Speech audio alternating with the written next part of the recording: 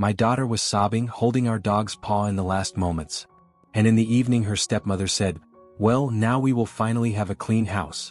I could not believe that this person was living under our roof. I'm Tom, I'm 41 years old, and my life has been shaped by both a profound loss and a deep, unwavering love. 13 years ago, I became a father and a widower in the same breath. My wife Emily passed away during childbirth, a moment that was supposed to bring joy collapsing into the kind of pain I didn't know was survivable. From the second I held our daughter, Stephanie, in my arms, crying and impossibly small, I knew everything had changed. She became my reason, my anchor, the one constant that kept me moving forward when the world felt too heavy. Raising her alone hasn't been easy. There were nights when I didn't know what I was doing, when the exhaustion blurred everything, and I'd sit on the floor of the nursery just trying to breathe through it. But somehow, day by day, we found our rhythm. It was always just the two of us, and over time, that became our strength. We learned how to be a team. She grew into this fiercely kind, bright, funny kid with a smile that's all Emily and a stubborn streak that's definitely mine. And through it all, every scraped knee, every science fair, every bedtime story, I never once stopped being amazed that I get to be her dad. She and I have meant the world to each other from the start, and no matter what life has thrown at us, that bond has never wavered. A year before Stephanie was born, Emily gave me a puppy for my birthday, a border collie we named Flip. He was this scrappy little ball of energy with oversized paws, a nose that was always in places it shouldn't be, and a heart so full of love it radiated from him in everything he did. He would stumble over his own feet chasing leaves in the backyard, herd neighborhood kids like they were sheep, and curl up in the most inconvenient spots just to be close to us. From the very beginning, he was more than just a dog. He was a part of our growing family. After Emily died, I don't think I would have made it through those first weeks, maybe even months, without Flip. He was there during the nights when Stephanie wouldn't stop crying and I couldn't stop shaking. He lay beside the rocking chair, quiet and patient, offering me a presence that didn't ask for words. On the days when grief felt like a lead weight pressing into my chest, Flip nudged me outside, reminded me that the world still moved, that there was fresh air and sunlight and the simple routine of throwing a stick and watching it return. He never left my side. He guarded Stephanie's crib like it held the crown jewels, slept beside her playmat as she learned to roll over, and grew into the kind of dog who didn't need commands. He just knew. He knew when I was unraveling and when she needed comfort. And in those long, empty-feeling moments where everything inside me felt hollow and untethered, Flip was the steady heartbeat that reminded me I wasn't completely alone. He didn't heal the grief, but he held space for it, and in doing so, helped me survive. He was there for me in those endless, hollow nights when sleep wouldn't come, when the silence in the house was so loud it pressed against my chest, and I would lie awake staring at the ceiling, wondering how I was supposed to raise a daughter without the woman who was supposed to be beside me. Flip would climb onto the bed without waiting for permission, press his warm body against my side, and just stay there, breathing slow and steady like he was trying to lend me some of his calm. When I cried, and there were a lot of nights I did, he would nudge his head under my hand or rest his chin on my leg as if to say, "I'm here, I've got you, don't fall apart." But more than anything, Flip was there for Stephanie. From the moment she started crawling, he saw her not just as a tiny human, but as his. He followed her everywhere, patient and watchful, never more than a few feet away. When she pulled on his ears or tried to ride him like a pony, he would sit there, stoic and endlessly tolerant. When she took her first wobbly steps, it was Flip she reached for, steadying herself against his side. He let her dress him in tutus, put stickers on his nose, and fall asleep using him as a pillow.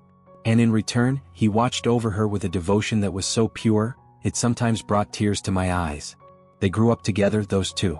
While I was trying to hold it all together as a single father, Flip became everything I couldn't always be in the moment. He was her brother, her nanny, her best friend, her quiet protector.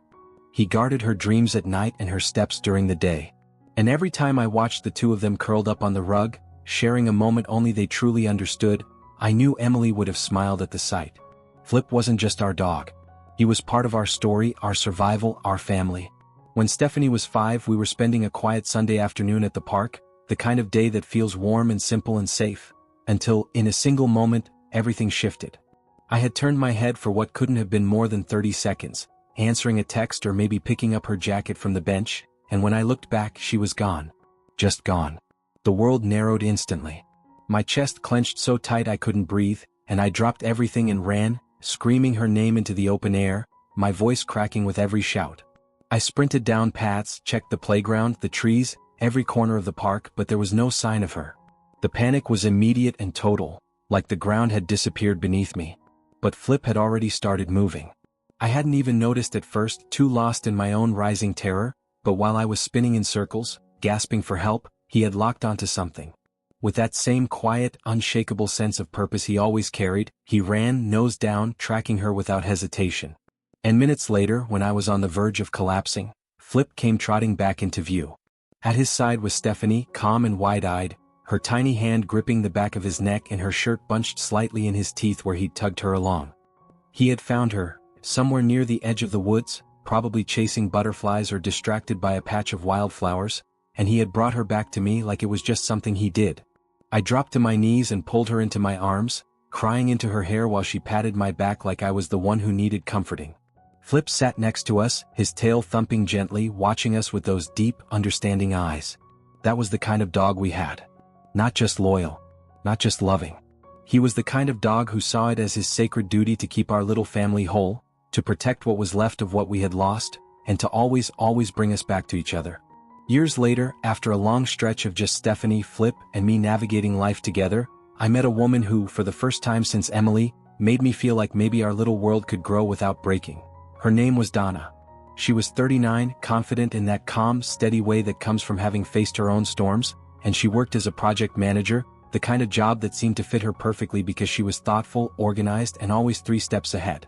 We met through mutual friends at a small dinner party, and what began as a conversation about books turned into coffee, then long walks, then something that started to feel serious. What mattered most to me wasn't just how I felt, it was how Stephanie felt. I had promised myself early on that I would never force her to accept anyone, never ask her to open her heart to someone she wasn't ready for. But to my quiet relief, Stephanie and Donna got along almost effortlessly. Donna never tried too hard or pushed for anything too quickly. She spoke to Stephanie like an equal, listened to her thoughts, remembered the names of her friends and slowly earned her place, not by claiming space but by simply being there. There were movie nights and baking experiments and quiet afternoons spent doing puzzles at the kitchen table, moments that built into something real. For the first time in years, I allowed myself to imagine a future that didn't just belong to the past or the present. A future where Stephanie had another adult in her life who loved her, where I didn't have to carry everything alone, and where laughter at the dinner table came from more than 2 voices. It was fragile and new, but it felt good. It felt possible. She told me early on that she wasn't much of a dog person, said it with a small smile like she knew it might be a deal breaker but was hoping it wouldn't be. I appreciated the honesty and I didn't hold it against her. People grow up differently and not everyone feels that instinctive connection to animals. But I made it clear, gently but firmly, that Flip wasn't just a dog. He was part of the foundation of our home, the constant through every chapter of our lives, and I couldn't imagine a version of family that didn't include him. I told her everything, that he had been there when Emily died, that he had helped raise Stephanie, that he was the reason I'd made it through nights I wasn't sure I would survive. She listened and she nodded and she said she understood. She even took him for a walk once early on when Stephanie was sick and I was swamped with work. It meant a lot to me, not because the walk itself was anything grand but because it showed a willingness to try. Flip had a spring in his step when they got back, like he knew he'd been given a chance. And I remember thinking, okay, maybe this really can work. Maybe it's possible to build something new without losing what matters most. I held on to that hope tightly, not because I was desperate but because I truly wanted it to be true. I wanted Donna to be part of this family, not just mine, not just Stephanie's but Flip's too. Because loving us meant loving all of us. And at that moment I believed she was trying. I believed we were going to be okay. After 10 months of getting to know each other, building routines and slowly weaving her into our lives, Donna moved in with us. It was a big step, one I didn't take lightly, especially with Stephanie in the picture. Stephanie was cautious at first, quiet in that way she gets when she's trying to figure out how she feels about something she can't quite name. But she wasn't resistant. She still helped Donna carry in her boxes, still made space in the hall closet without being asked, and that alone gave me hope that we were on the right path. Of course, there were adjustments. There always are when lives merge under one roof, and most of them were small things. Who used the bathroom first in the morning, what kind of cereal to keep stocked, whether the dishwasher should be loaded top down or bottom up. But then came the conversation about Flip. Donna mentioned, almost casually one evening, that she thought it might be a good idea for him to start sleeping in the laundry room. "He's shedding all over the rugs," she said, not unkindly, just matter of fact, like it was a perfectly reasonable suggestion. She added that it would help her allergies, even though she'd never brought them up before, and that the laundry room was warm and quiet. I didn't raise my voice. I just looked at her and said no. Not gently, not angrily, just firmly. I explained again, maybe more plainly than I had the first time, that Flip wasn't a pet we could compromise on. He was family. He had slept at the foot of my bed through every storm of grief. He had guarded Stephanie since the moment she took her first step. Moving him out now for the sake of shedding or convenience would feel like betrayal. She didn't argue, but she didn't exactly hide her disappointment either. And I started to feel the edge of something I hadn't wanted to name creeping in, that quiet dread that maybe, just maybe, we weren't seeing the same picture after all. And then everything fell apart in a way I never could have prepared for. Flip, who had always been so full of quiet energy and steady presence, began to slow down in ways that felt wrong. At first, it was subtle. He skipped a meal here and there, spent more time lying by the back door instead of following Stephanie around, didn't perk up when I reached for the leash. But then his appetite vanished completely, and his eyes, once so sharp and full of life, looked dull and tired. I booked an emergency appointment with the vet, clinging to the hope that maybe it was just age, maybe he needed a change in food, maybe something minor could fix it.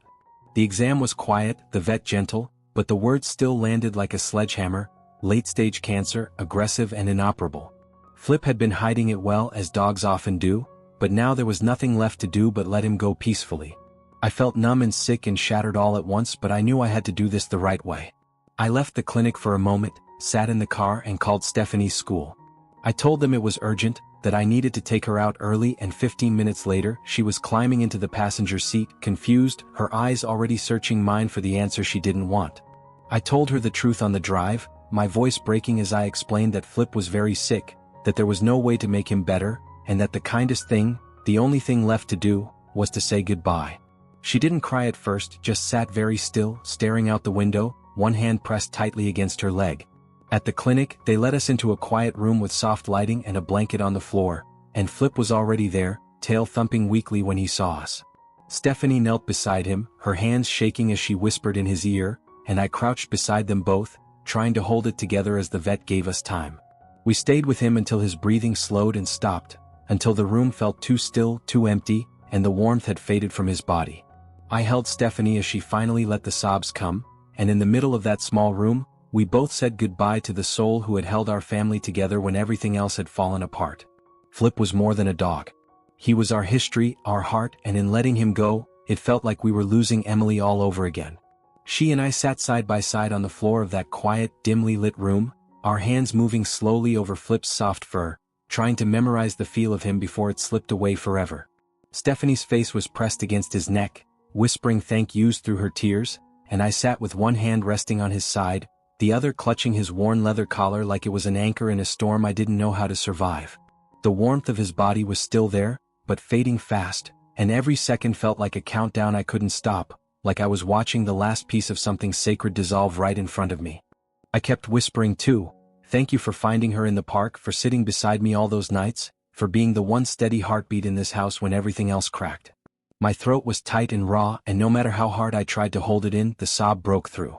I cried like I hadn't cried in years, not quietly, not in that composed way you learn to fake as an adult, but with that same helpless, aching sound I remembered making when Emily slipped away in the hospital and the world collapsed around me.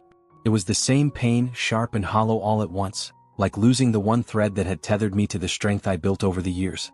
Stephanie reached over and held my arm, and even though her hand was small and trembling, there was something so strong about it, like she knew without words that we were carrying this heartbreak together. Flip had been there for all of it, and now we had to find a way forward without him. I kissed the top of his head one last time, pressed my forehead against his, and let the silence fill the room. That collar stayed in my hand long after we walked out, long after the tears dried. It's still with me now because some goodbyes don't ever really end.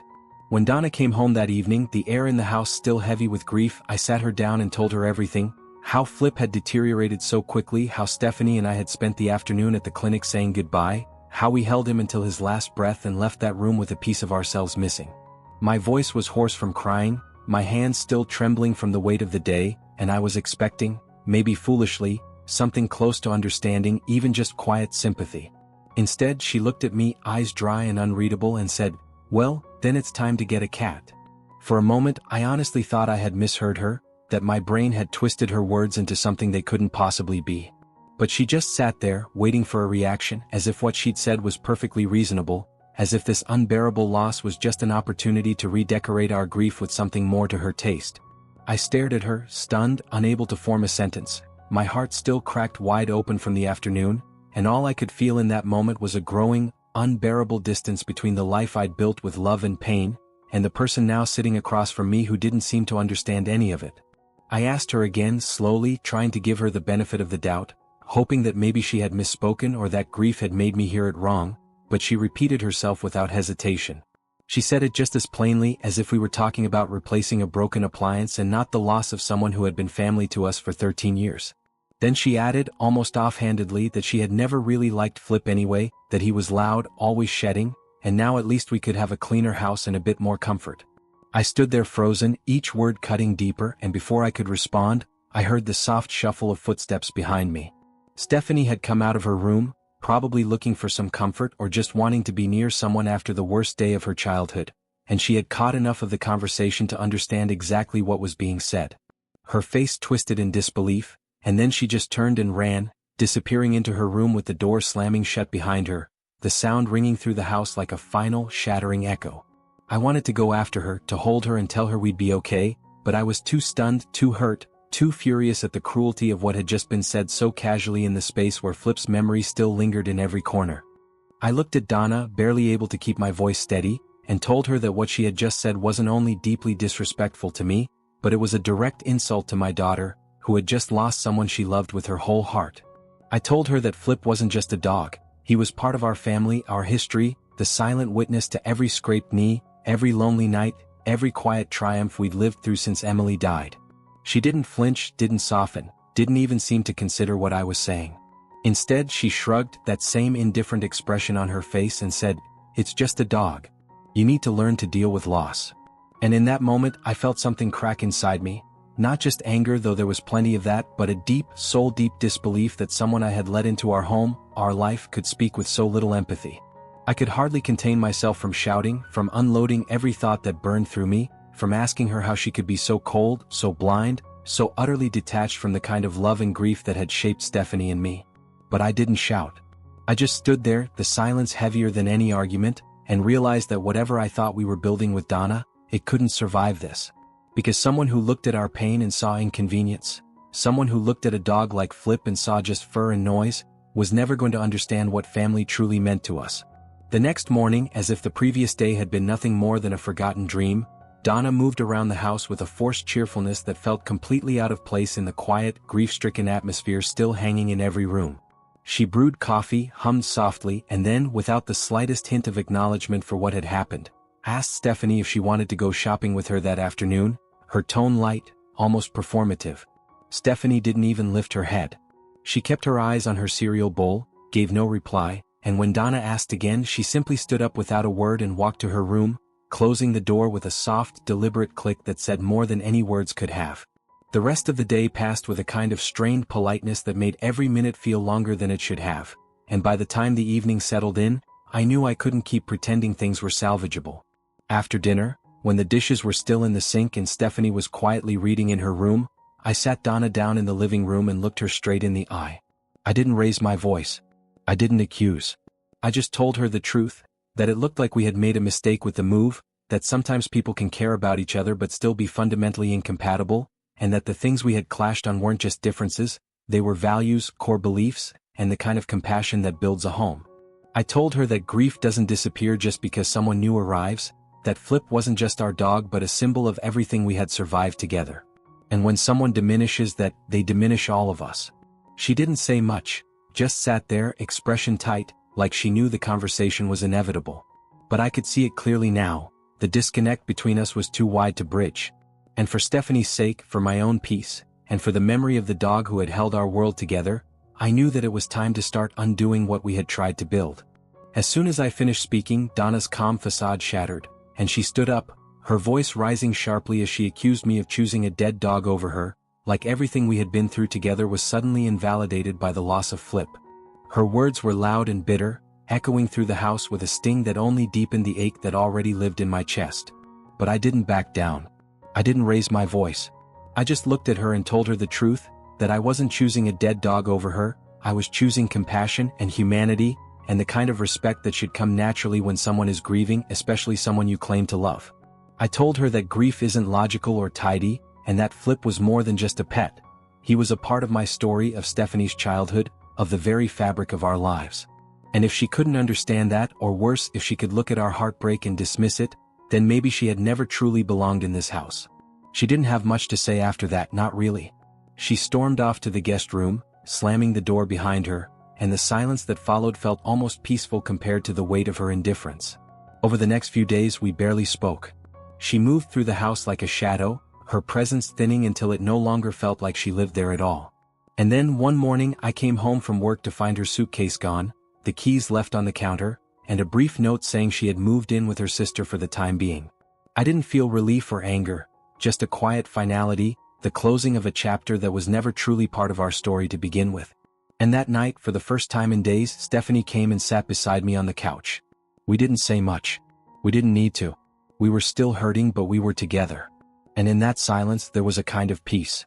Stephanie and I are slowly finding our way back to ourselves, not in grand gestures or quick fixes, but in the quiet, everyday things that begin to feel whole again. She still has hard days, moments when the house feels too quiet, when she instinctively looks toward the back door expecting to see Flip's tail wagging, or when she curls up on the couch and glances at the empty corner where he used to lie.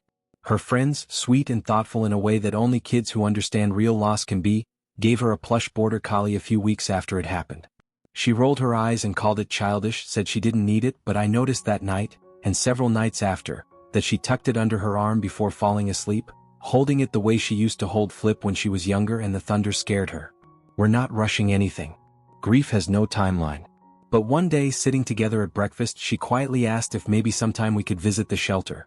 Not to find another Flip, not to try and fill the space he left, because we both know that's impossible, but to open that space to someone else who needs a home. Someone with sad eyes and a story no one else stopped to hear. And I knew then, just from the way she asked, that she understood something most adults struggle with, that love doesn't run out when someone leaves. It grows, changes shape, and waits for a new place to land. So soon we will go. Hand in hand, hearts still healing but open, we'll walk through those rows of cages not with the weight of what we lost, but with the quiet strength of everything we had. Because real family isn't perfect or easy. It's built from love and pain and the decision to keep going anyway. And somewhere in that shelter there's another soul who has lost everything too. We can't fix the past, but we can give each other a future.